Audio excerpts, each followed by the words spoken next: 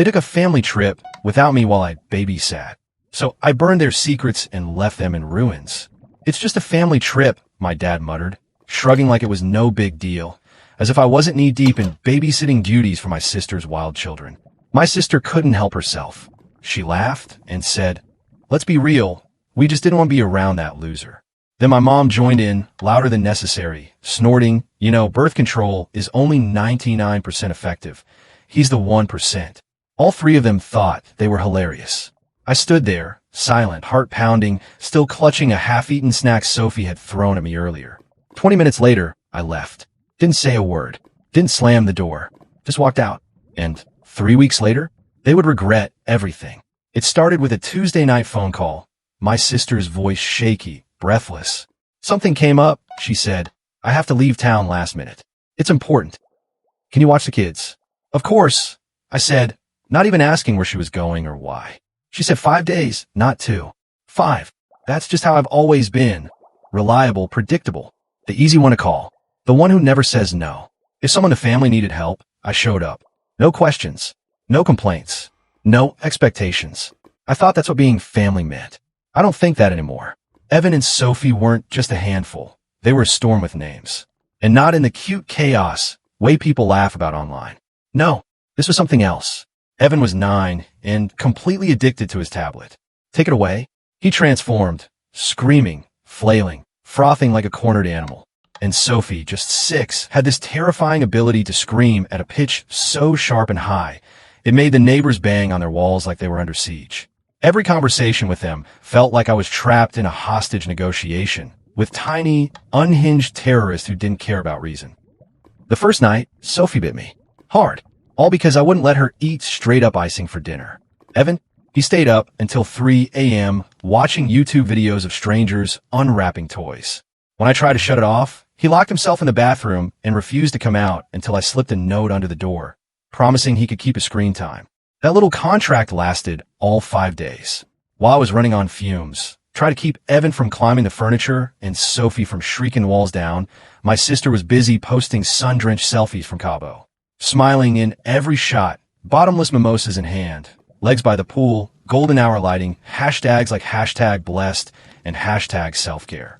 Not once did she check in. Not one single call to ask how the kids were doing. Not even a lazy, "How's it going?" text. I had to message her when Evan snatched a granola bar from a neighbor's kid, and I wasn't sure if it had walnuts. Her reply? Just a laughing emoji. By the 5th day, I was counting the minutes. I hadn't slept more than a few hours, hadn't eaten a single meal that didn't come from a box, and the apartment smelled like war. Play-Doh, sour milk, and socks that had seen too much.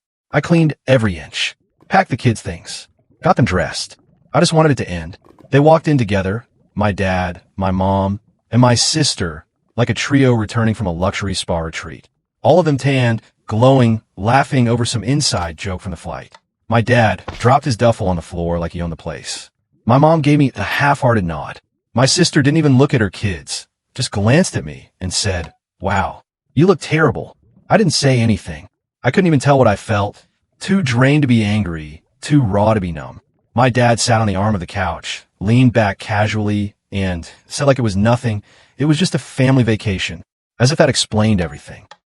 As if I'd been delusional for thinking I was ever invited. My sister let out this snide little giggle. "Come on, just admit it," she said. "We didn't want to be around this loser." I just stood there, still holding Sophie's jacket in my hand, frozen. Then my mom, already pouring wine into a glass that was half full, raised it like a toast and said loud enough to echo, "Birth control is only 99% effective. And he's the 1%. They all laughed, like it was a rehearsed line in some cruel comedy they'd been performing for years. I didn't speak, didn't ask what they meant, didn't try to understand. I just set the jacket down, turned around, walked out, got in my car, drove, and I didn't even look back to see if they noticed.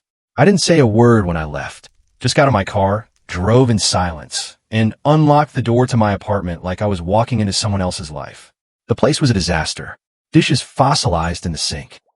Laundry slumped in the corner like it had given up. 2 plants sat in the window, dead and drooping, like they decided I wasn't coming back. I dropped my bag, sank into the couch, and stared at the wall. Not sad, not angry, just empty. It was like that feeling when a headache fades and you suddenly realize how long you've been in pain. No messages, no missed calls, not a single "thank for watching the kids" or even a casual "you okay?" On the second day, my mom finally texted. Just 7 words. "Can you come help with the fence?" No apology. No acknowledgement of what they said. Nothing. Like the whole thing hadn't even happened. I didn't respond. That night, I opened a folder on my laptop I hadn't touched in months. Inside, half-finished resumes, bookmarked job listings, certifications I never bothered to print. I applied to 4 companies. Just like that. One was a startup in Seattle. Another, a nonprofit in Arizona. I didn't overthink it. I just clicked send. On the third day, something shifted. One of the applications came back. A yes. Not all of them. Just one. The tech startup in Seattle. They wanted a video call the next day.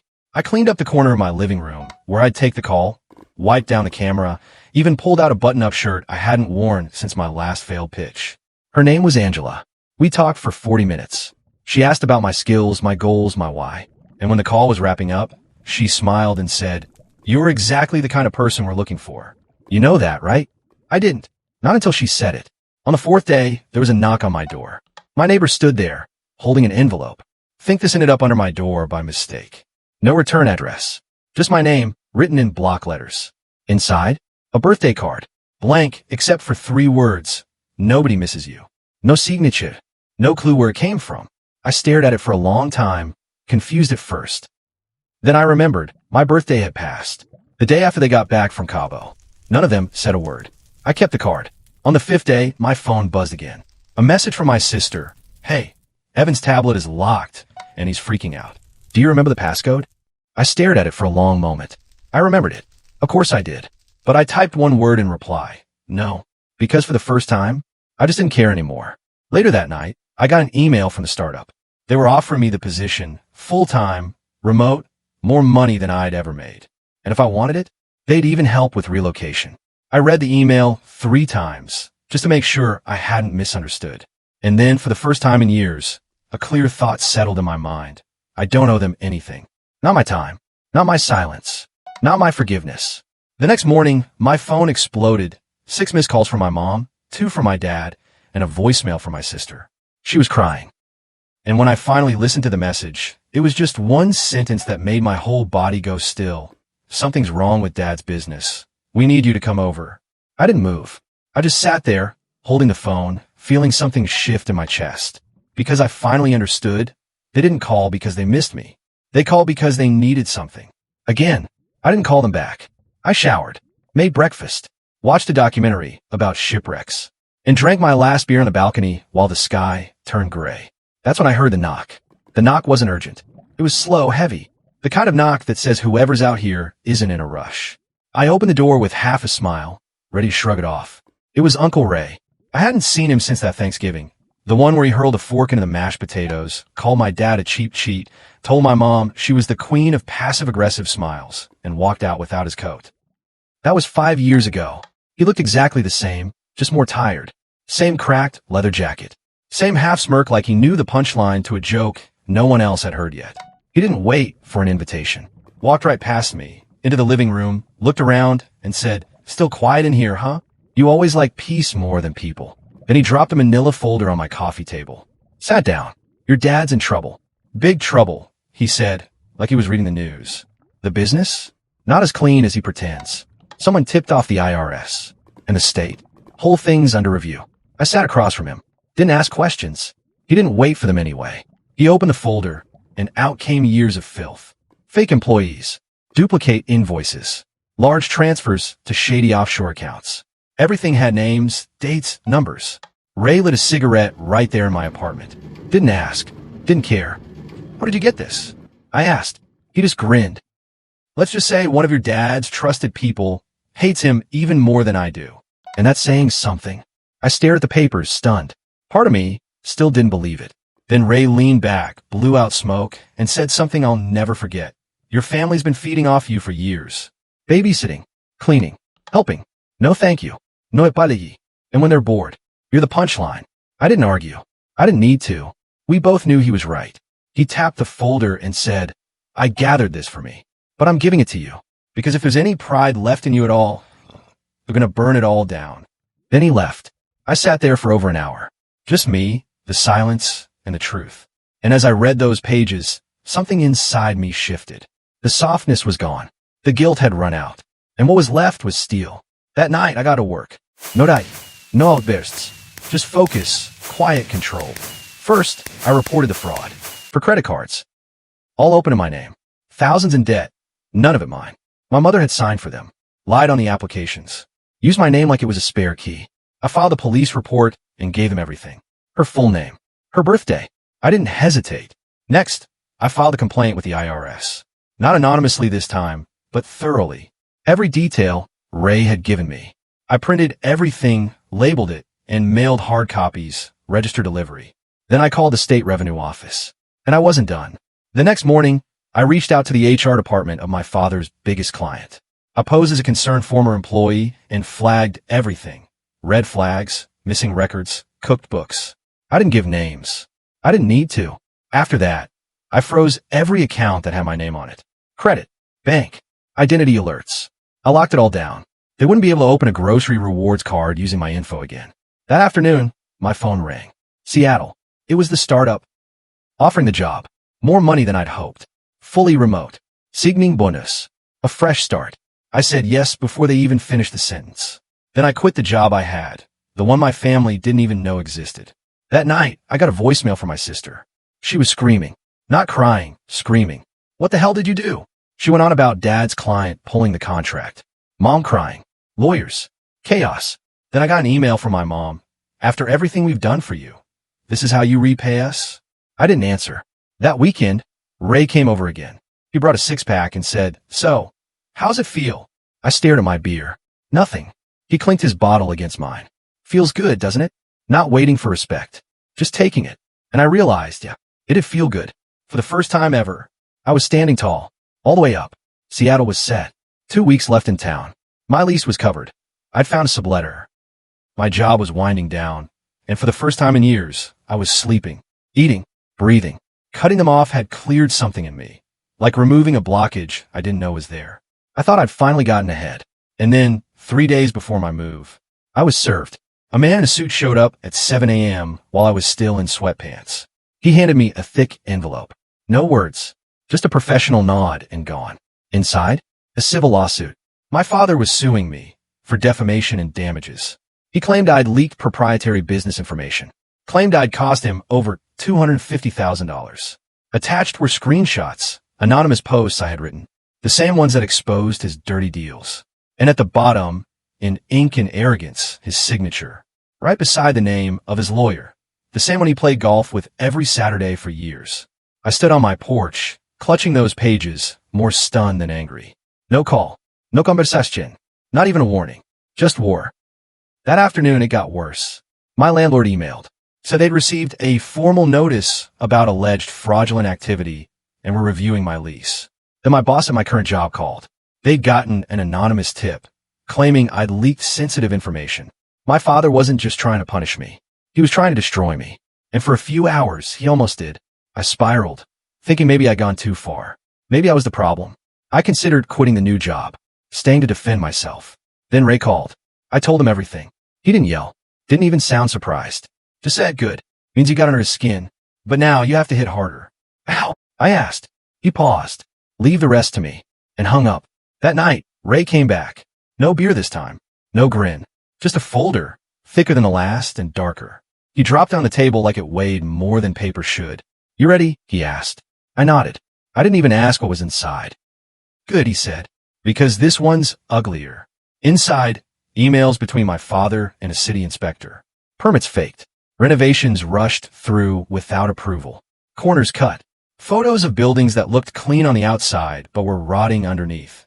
Missing safety railings, bad wiring, incomplete fire exits. One of the jobs? A school. A school. He signed off on this. I asked, already knowing the answer. Ray just looked at me and said, "Are you sure you still want to play this soft? Because your dad? He's playing to bury you." I didn't hesitate. The next morning, I made the call. Not to the IRS this time. I called the state licensing board. I gave them my name, my connection, the full story. I sent them the files. I CC'd the school board. Within 48 hours, my father's contractor license was suspended. The school site was shut down. 2 subcontractors were pulled in for questioning. But I wasn't finished. That night, I posted again, this time not anonymous. Just one sentence. Calm, clean, personal. Sometimes, the people who raise you show you exactly who you'll never become. By the end of the week, it had gone viral. 3,000 followers, 5 job offers, and a message from a local news station asking if I'd go on camera. My dad? Silent. My sister? Sent a single text. Why? I didn't reply. That night, Ray came by with pizza and a grin wide as a razor. He raised his beer and said, "Welcome to the other side, Thomas." And for the first time in my life, I believed I belonged there. I thought nothing they did could surprise me anymore. Thought I was done flinching. But after the license suspension, the silence was too clean. No calls, no texts, not even one of my mom's passive-aggressive emails about family values. Just nothing. It felt like standing in a room after a bomb's gone off. Glass in the carpet, wires buzzing, but the air still and quiet. I started packing for Seattle. Folding shirts I'd never wear around them again. Wrapping dishes I bought with my own money for my own space. 2 days before my flight, there was a knock at the door. I opened it. My sister stood there. No kids. No smug smirk. Just her, and a Starbucks cup clutched like a peace offering. Her makeup was doing a poor job hiding that she'd been crying. I stepped aside and let her in, mostly out of shock. We sat at opposite ends of the couch. The silence between us louder than it should have been. She started talking. Said she was sorry. Said Cabo was cruel. Claimed she didn't know Mom and Dad would take it that far. Said she shouldn't have left. Then she told me the house was a wreck now. Mom was blaming her. Dad wasn't sleeping. Friends had started backing away. She looked at me and said, "You were always better than us. You know that." Then she hugged me. I didn't hug her back, but I nodded. Said thank you. She promised to stay in touch. Swore things would be different. I wanted to believe her. But something about her apology felt practiced, polished, like it had been timed just right. And the next day, I found out why. The next morning, I opened my email. Subject line, character reference concern. It was from Human Resources and my new job in Seattle. Someone claiming to be a former manager had contacted them, said I'd been fired from my last job, accused me of being unstable, said I had violent tendencies. I read it twice. Then I checked the timestamp. It was sent 20 minutes after my sister left my apartment with that Starbucks cup and her sorry eyes. The pieces fit too perfectly. HR assured me they didn't believe it, said they'd already run my background and everything checked out. But they wanted me to know, just in case. And that's when I made my decision. I wasn't just going to walk away. I was going to finish this. I pulled up her number, sent her a short message. "Thanks for the coffee yesterday. Really cleared things up." Then I got to work. I dug through every old message, every favor, every voicemail, every time she dumped her kids on me last minute, every bill she swore she'd get next week, every post bragging about her all-expense-paid business trips, paid for with cards that didn't have her name on them. I packaged it all, screenshots, summaries, the Cabo receipt, and I sent it, not to her, but to her husband, anonymously. The next day, he posted a photo on Facebook, a U-Haul parked in front of their house. Caption, "Time to take care of the kids myself for once." But that wasn't the part that shocked me. That came later, with a phone call from someone I hadn't thought about in years. Someone with a long memory, and a reason to burn the whole thing down. My phone rang late that night. Unknown number. I almost let go to voicemail, but something told me to pick up. The voice on the other end was calm. Familiar, but distant, like a name you heard once in a story someone whispered. "Thomas," he said. "Yeah. I've seen what you've done. The files. The fallout." My pulse kicked up. "Do you still have everything?" he asked. "Do." "Good," he said. "Because I want in." That's when it hit me. It was my father's old business partner, Grant. The man my dad had pushed out years ago when the money got big and greed got bigger. Left him with nothing but a non-disclosure agreement and a stack of unpaid medical bills. "You did what I never could," he said. "You turned on the lights." He asked if he could use the evidence. Said he had lawyers. Said I wouldn't even have to be involved. I agreed, but only if it stayed clean. No threats, no games, just facts. He laughed. "You're a better man than he is." Not too much better, though. I emailed him everything. Sent the files on a flash drive, too. The next few days moved fast. By the end of the week, my father's remaining contracts were suspended. 3 of his clients walked. 1 filed a lawsuit. The local news picked up the school safety story and ran it as a feature. They didn't name him directly, but they didn't have to. Ray called me that night, said, "The family house? It's up for sale. Quietly. Cash buyers only."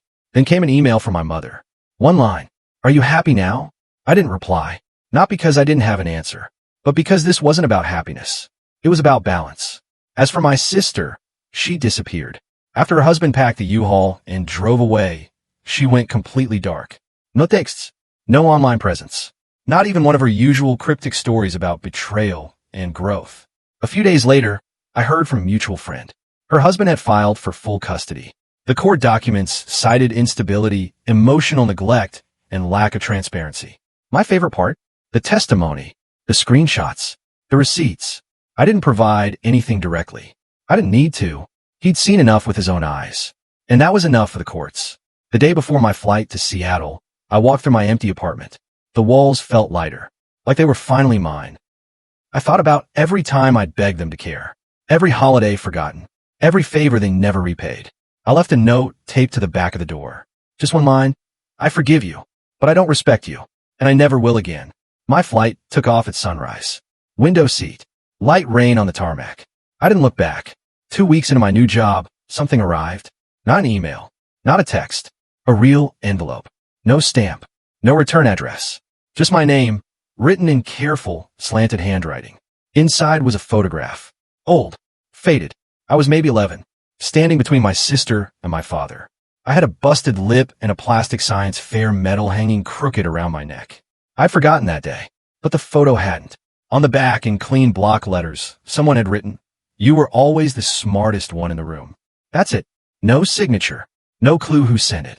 But I kept it, because the more I stared at that photo, the more something settled in me. This wasn't just about revenge. It was about never letting myself turn into them. And for the first time, I understood this fight wasn't just about what they did. It was about who I was never going to be. Seattle felt like starting over. New air, new streets, new faces. No one here knew what I'd walked through, what I'd torn down to stand up straight again. The work? Better than good. For the first time, I was doing things that didn't feel like favors. People asked my opinion like it actually mattered. My apartment was small, but it was mine. No guilt in the walls. No resentment in the halls. I wasn't looking over my shoulder. Not until last week. That's when the envelope showed up. Slipped under my door. No stamp. No address. Just my name, again, written in blue ink like a signature someone didn't want traced. Inside was a single sheet of lined notebook paper. One sentence, printed in sharp block letters. You thought it was over. That was it. No name. No context. No threat. Just presence. But the handwriting, it was familiar. The kind of familiar you don't recognize at first, because it's buried in old notebooks and childhood rules. At first, I thought it was my father. Maybe one last jab from someone with nothing left to lose. Or my sister, flailing in whatever wreckage she was living in. But something didn't fit. There was a smell to the envelope. Not perfume, not cologne. Cigarettes. Old ones. Not the kind Ray smoked. The next morning, I found another envelope. This time, it wasn't a letter. It was a photograph. Of me, taken from behind, sitting in a coffee shop, 3 blocks from my office. Same jacket, same posture, same exact day. Whoever it was, they were here. In Seattle. I want to check the building's security footage. Just to be sure. Just to see something. But the guy at the front desk shook his head. System went down last night, he said. Power issue. Of course it did. Bad timing, he called it. I called Ray. Told him everything. The letter, the photo, the envelope that smelled like the past. He didn't panic. Didn't even sound surprised. He just listened. Then he said 2 words I wasn't ready for. Get ready. I asked him for what. He hesitated. You'll know. Just don't do anything stupid. My voice dropped. Ray, is this him? Is this my father? He didn't answer right away. Then he said, remember that birthday card? The one that said, nobody misses you. Yeah, I said. You were wrong about who sent it. My stomach turned. Then who did? Ray sighed. I'll tell you soon, but not on the phone. And then he hung up. I don't know who's watching me. I don't know what they want. But I know this, I'm done running. I've spent my whole life trying to stay quiet, trying to keep peace that never really existed, letting them write the story, waiting for someone to finally say, you matter. That's over now. I've already booked the flight. One-way ticket. Back to the place I walked away from. Not to beg. Not to explain. But to face whatever's still standing in the ashes. Ray's right. There's more to this than I knew. And if someone out there still thinks I'm scared, they're about to find out what it looks like when I stop playing nice. I'm going back. I'll let you know what happens next. I'm not going back for revenge. I'm not going to scream, or throw blame, or burn what's already in ashes. I'm going back because sometimes the only way to end something is to walk through it one last time. I'm not the same person who drove away in silence, not the one who begged for approval or kept the peace at the cost of his own breath. I've changed, and I know now the scariest thing to someone who builds their life on control is seeing you free. I packed light, a bag, my documents, and the part of myself they never expected to survive. Ray said, "Get ready." I am. I don't know what waits on the other side of this flight, but I'm not afraid. I've already walked through fire, and I learned how to carry the smoke. I'll let you know what happens next. If you enjoyed this story, don't forget to hit that like button, share this video with your friends, and subscribe for more real-life family dramas. Let me know in the comments what you think about today's story. Was it fair or totally messed up? See you in the next one.